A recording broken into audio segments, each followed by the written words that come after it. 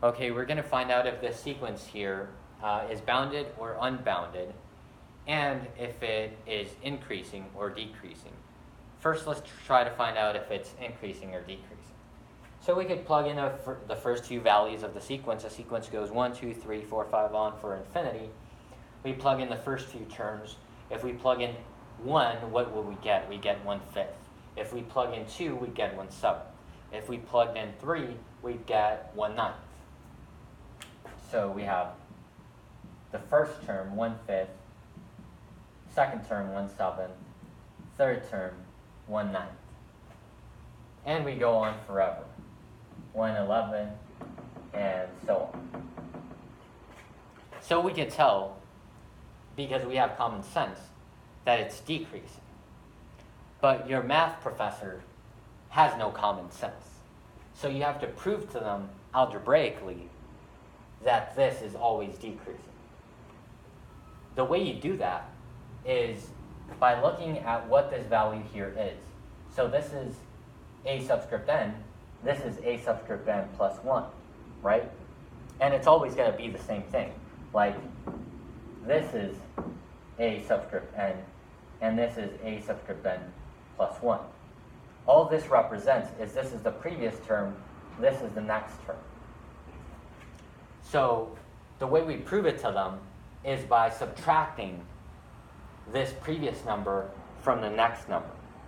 And if that number is always less than 0 that we get after subtraction, that's telling us that this is always decreasing.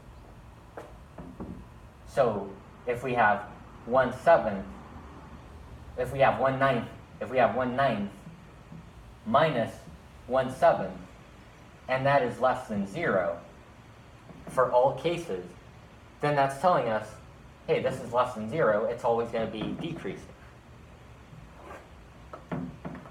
So that's what they want you to show. They want you to show that this is a relationship. So the way you do that is by noticing what actually is this next term. What is a subscript n plus 1? Well, it's just n plus 1 in here. The previous term is always n. Like if we plug in 1, that's this. If we plug in n plus 1, that's like plugging in 2, right? So that's this.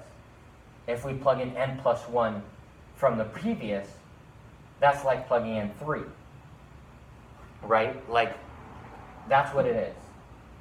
I hope that makes sense to you. It's like 2n plus 1 plus 3 is the next term. Like, this is always going to be the next term in relation to the previous one, which is always this. So this is a subscript n plus 1. And so in order to prove to our math teacher, remember, we had to subtract this from this and get less than 0. So let's check. Let's check. What happens if we subtract this? Do we get less than 0? So if we go ahead and subtract this, let's do that. We distribute here in the denominator, 2n plus 5 is what that gives us. We've got 2n plus 3, which we're subtracting here. We do some algebra, multiply by 2n plus 3, and we multiply these denominators here, cancel out, and we get, if I'm not mistaken, negative 2 over 2n plus 3 times 2n plus 5. So now we ask, is that always less than 0? Is this less than 0? And if we think it through, we're going to realize, yes, this is always less than 0, because what is a sequence? We plug in 1, we plug in 2, we plug in 3, we plug in 4, on to infinity. No matter what you plug in this denominator, this is always going to be multiplied by negative 2. And anything that's positive, which is being multiplied by negative 2, is always going to be less than 0. So that's how we prove that it's decreasing. This is absolutely decreasing. Now, how do we find out if this is bounded? This is the other thing. Is it bounded or unbounded? Well, let's plug in the first number. Let's plug in the first number. Let's plug in the first number for n. We got 1/5. Is it ever going to be larger than 1/5? No, because we already determined it's decreasing. It's decreasing, so then it's going to be 1/7, 1/9, whatever. It's going to keep going, decreasing, decreasing, decreasing.